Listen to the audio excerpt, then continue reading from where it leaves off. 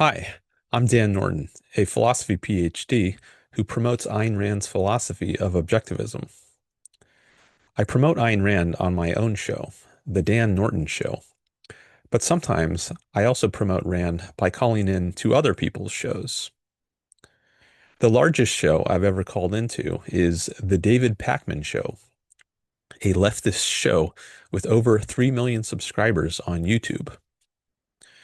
In this series of videos, I will play and offer comments on my calls to Pakman Show. I've called Pakman Show 3 times, and in this video, I will only play and make comments on my first call. I'll post separate videos for my other 2 calls. Here is the thumbnail and title of the video of my first call as it appears on David's channel.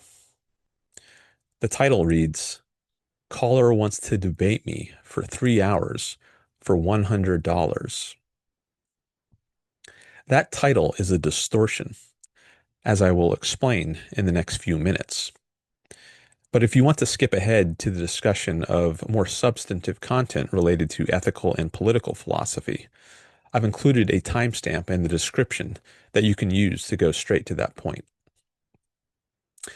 But now I will start playing the full video from the beginning. Let's go next to how about Dan from California? Dan from California, welcome to the program. What's on your mind today? Hi, David. I do a lot of debates and discussions on my YouTube channel. I've done some with Sam Cedar, and I was wondering if you would ever be up for a long form debate. A long form debate. Now, long form doesn't necessarily mean 3 hours. It could mean 3 hours, but it could also mean 1 hour.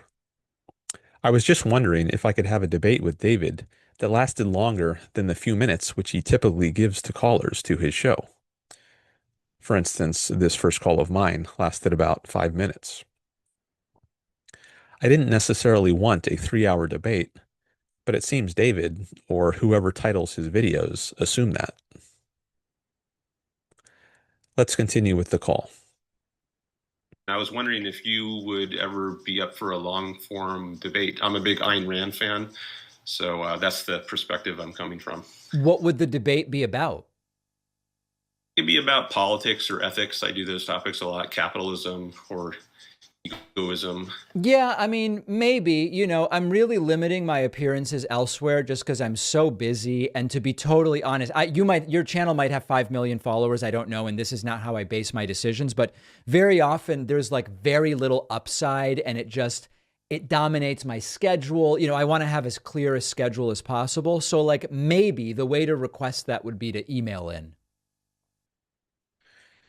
The way to request that would be to email in.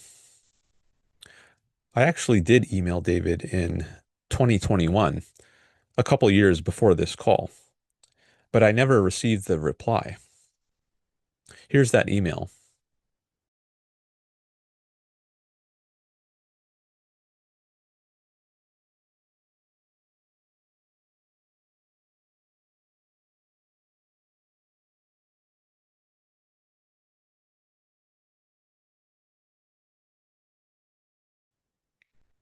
Although it seemed unlikely that David wanted to do a long-form debate, I thought he might change his mind and be more willing to do so if I offered to pay him. So that's what I asked about next. Okay. Might it make a difference if I offered to pay? No, it really wouldn't.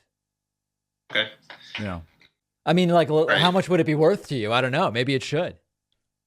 I don't know, man. Like $100 for that. Give me No, an no, hour I'm kidding. or I'm kidding 15 around. No, minutes. it would not make a difference. There was some talking over each other there, so you might not have heard what I said at the end of that segment. But when he asked what it would be worth to me to debate him, what I said is, I don't know, like $100. Would that get me an hour or 15 minutes? Here, I'll play it again so you can hear. I mean, like, how Right. much would it be worth to you? I don't know. Maybe it should.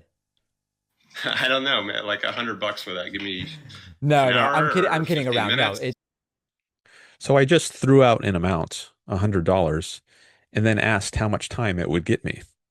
I didn't assume it would get me 3 hours. I never said anything about 3 hours. I was just trying to find out his rate. So now you can see why I say the title on his channel, Caller Wants to Debate Me for 3 hours for $100, is a distortion. Would the amount I offered David make a difference to whether he was willing to have a long form debate? Here's what he said on that. it would not make a difference unless the amount was way higher, Dan, please. Unless the amount was way higher? How much higher? $10,000? $20,000? I don't know. But I did try to find out by emailing his show a few weeks later. I never received a reply to that email either. You can see the email here.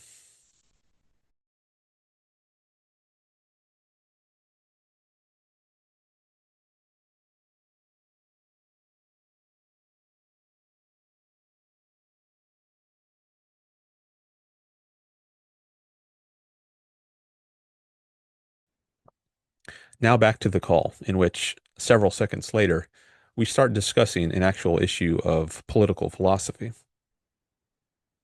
Okay. No, I'm kidding All around. right. I might do it, but I'm really limited in what I'm doing just because I'm so busy. What would be your biggest gripe with my perspective, I guess is my first question.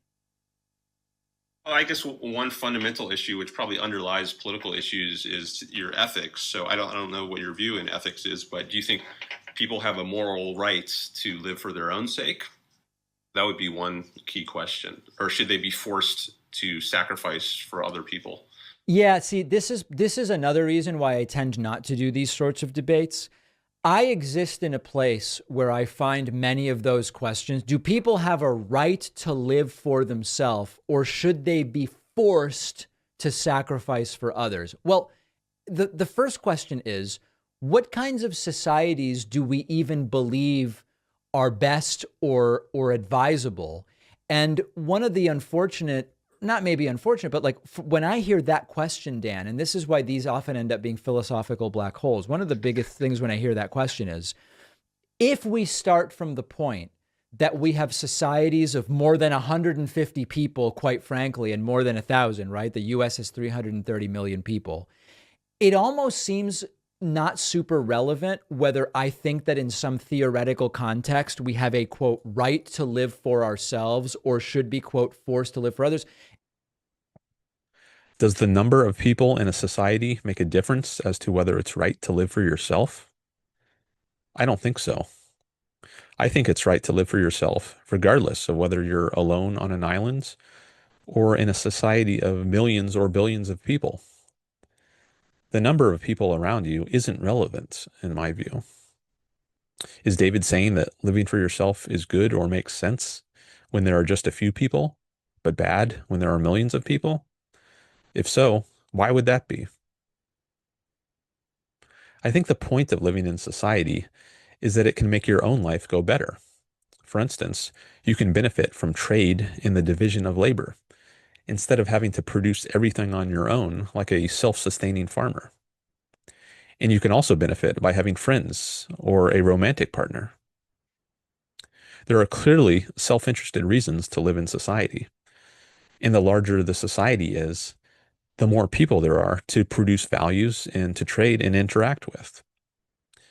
But it's not true, I would contend, that the larger a society is, the more reason there is to sacrifice yourself and live for others. There's never a reason to sacrifice yourself and live for others. Continuing the video. If we want to be in this type of society, we are going to centralize some aspects of society and the economy while hopefully finding a balance that still allows people reasonable amounts of self-determination. Reasonable amounts of self-determination? What is that? Do I have a reasonable amount of self-determination if the government is forcing me through taxes to give away a third or a half of my income to the state To fund programs like Social Security, Medicare, welfare, and public education? I don't think so. I think it's reasonable for me to have total control over my income since I am the one who earned it. No one else has the right to tell me how my money is spent. People whom I debate often say that if I don't like taxes, I can go live somewhere else. And this is indeed the direction David goes next in the call. For me, I start there because this is the society I live in. And if I don't like that, I would then look at, okay, maybe I need to find a different society where the dichotomy you raise is actually feasible. It's less interesting to just abstractly discuss the dichotomy you bring up. I don't think we get much out of it, if that's fair. I think taxes, that exists in our society, so we all have to deal with that. That's a case where I would say we're forced to sacrifice what we would choose to do with our own money for the sake of other people. So I think it is very relevant to the Are society. we though? I mean, on taxes, you're not forced to work, right? Like you could choose not to work. Yeah, but if you do choose to work, you're forced to give away some of your earnings to other people. But you said they're not the if one. you choose to work, you did say if you choose to work, right? Choose is different than force. Right. You acknowledge that. Yes, okay. I agree. And if you don't like the tax structure of the United States, you could look to go to a different place. I understand it's difficult to stop paying taxes to the United States, but there are different conventions. You could renounce your citizenship, et cetera. Like you agree that you could also kind of take your toys and leave to some degree. Yes, I could take my toys and leave. And it's also true that David could take his toys and leave. He's a leftist political commentator who advocates for certain changes in society.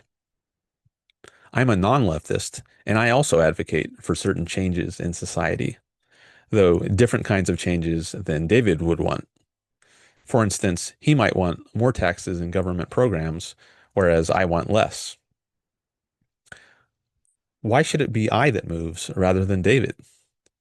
Or could it be that both of us, or neither of us, should move? Regardless of whether either, both, or neither of us should leave the U.S., I do not think the U.S. government, or any government, has the right to coerce people to pay taxes, as I explain in the next segment.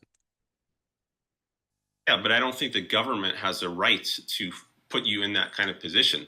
The government's right to tax, I don't think it has a right to tax. It only has rights that are delegated to it by the citizens, but the citizens themselves don't have a right to coerce others, so they can't delegate the right to coerce others to the government. After I explain my position against taxes a little bit in that segment, David says that he takes my position to be what he calls utopian libertarianism. Although at first I misheard what he said as utilitarianism. Here's that bit, as well as the end of the call. Okay, so basically it's like you're kind of like a standard utopian libertarian, it sounds like. I'm not a utilitarian. I'm an objectivist. Utopian, I said. All right, well, it's all very interesting, Dan. Listen, if people hear this and think it would be interesting for me to do 3 hours on this, let me know, and then I'll do Dan's show. And Dan, you can email in and give me more info, okay? All right, thanks, David. Appreciate it. There goes Dan, an Ayn Rand fan. And listen, we'll look into it. It's just not usually like the best use of anybody's time. That's been my experience, which is why I kind of tend not to do it. David and I never ended up having a long-form debate, and maybe we never will. But I did decide to call his show again a few months later so that I could at least have a mini debate for a few minutes, continuing the mini debate that I started in my first call. I plan to post that second call in the near future. If you subscribe to my channel and click the bell for notifications, you can be notified of that video once it's available. And at that time, I will also include a link to it in the description of this video. That's it for now. Thanks for watching.